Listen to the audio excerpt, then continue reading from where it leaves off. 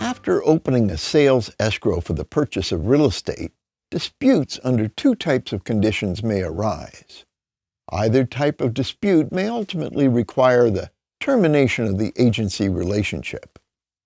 One set of disputes is classified as agency disputes. Agency disputes arise between the agent and their client after the client has entered into a purchase agreement.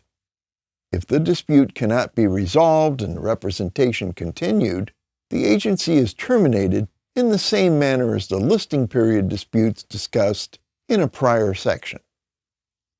The other set of disputes is classified as principal disputes. Principal disputes develop between the buyer and seller and result in a refusal of one or the other to act further to close escrow. The refusal of one party to proceed with the transaction may be excused, justified, or constitute a breach of the purchase agreement. Negotiations to resolve the misunderstandings and close escrow may not be successful.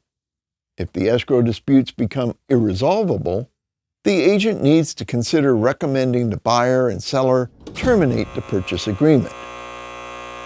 At the same time the buyer and seller cancel the transaction, they need to release each other from any claim they may have against one another by entering into a cancellation, release, and waiver agreement. This is RPI Form 181. The cancellation, release, and waiver agreement entered into by the buyer and seller releases everyone involved in the transaction. Thus, any liability exposure the agents and client may have due to the transaction is eliminated. That's right. What a relief. What about a dispute that arises after a transaction closes? After closing, brokers and their agents are occasionally brought into annoying disputes by buyers. The expectations of a buyer in a purchase transaction are always high.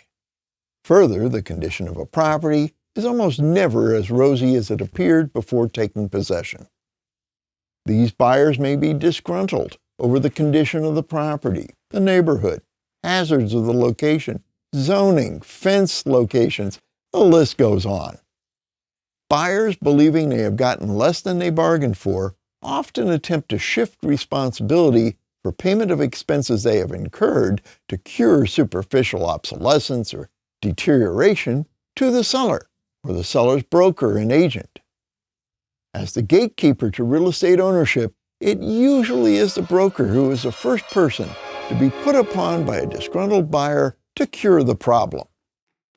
However, the seller's broker, while responsible for their services, is not the guarantor of an obligation the seller may owe the buyer for property deficiencies. Brokers and agents often pay some of these claims to permanently remove themselves from a disputed purchase. On any settlement of a dispute on a closed transaction, the broker needs to demand a release and waiver settlement agreement.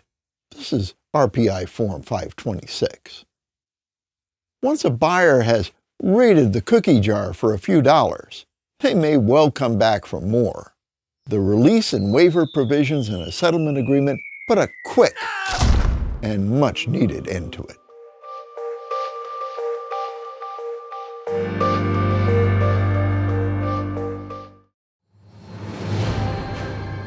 In a world of generic CE, it's finally time to start enjoying your real estate education.